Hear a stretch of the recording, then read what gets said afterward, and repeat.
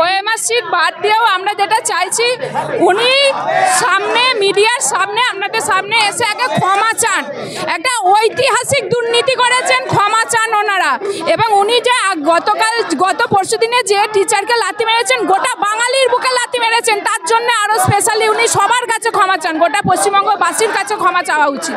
কিন্তু মিথ্যাচার করে যাচ্ছেন। আমরা আগেও ডাক্তারদের আন্দোলনে দেখেছি কি হয়েছে।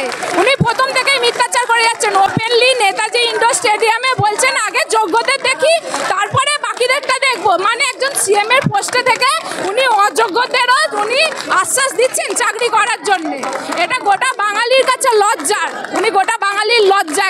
উনি নিজে পুলিশ মন্ত্রী, উনি অ্যাকচুয়ালি ওই পুলিশ মারেনি, অ্যাকচুয়ালি রাজ্য সরকার গোটা বাঙালির বুকে লাথি মেরেছেন।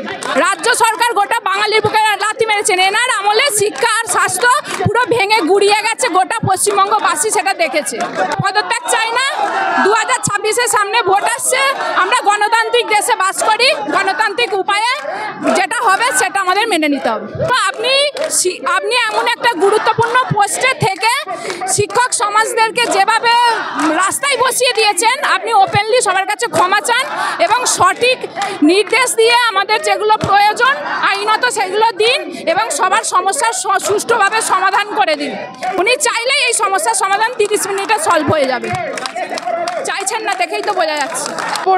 নির্ভর করছে আমাদের দাবি 22 লাখের ওএমআর মিরর ইমেজ প্রকাশ করা। সেই মিরর ইমেজ সামনে এলেই কোনটা সত্যি কোনটা মিথ্যে সবটা প্রকাশিত হয়ে যাবে। যারা দুর্নীতি করে চাকরি পেয়েছেন তারা কিভাবে দুর্নীতি করেছেন সেই সবটা সামনে চলে আসবে। সেজন্য আমাদের প্রধান দাবি 22 লাখের মিরর ইমেজ প্রকাশ করা যেন তেন প্রকারে। তো আমাদের পুরো সমাজের লজ্জা। এটা শুধুমাত্র সেদিনকে পুলিশ অফিসার একজন শিক্ষকের পেটে লাথি মারেননি, উনি আমাদের প্রত্যেকটা মানুষের মুখে, আমাদের মানব জাতির মুখে লাথি মেরেছেন এবং এটার জন্য পুরোপুরি দায়ী হচ্ছেন আমাদের সরকার। আমাদের 22 লাখের মিরর ইমেজ প্রকাশ করে আমাদের যোগ্যদের সসম্মানে আমাদের চাকরিতে পুনর্বহাল করা এবং তার জন্য যেটা করার উনি যেন তেন প্রকারে সেটা করুন এবং আমাদের যোগ্যদের সসম্মানে চাকরিতে বহাল করুন। এটাই আমাদের দাবি।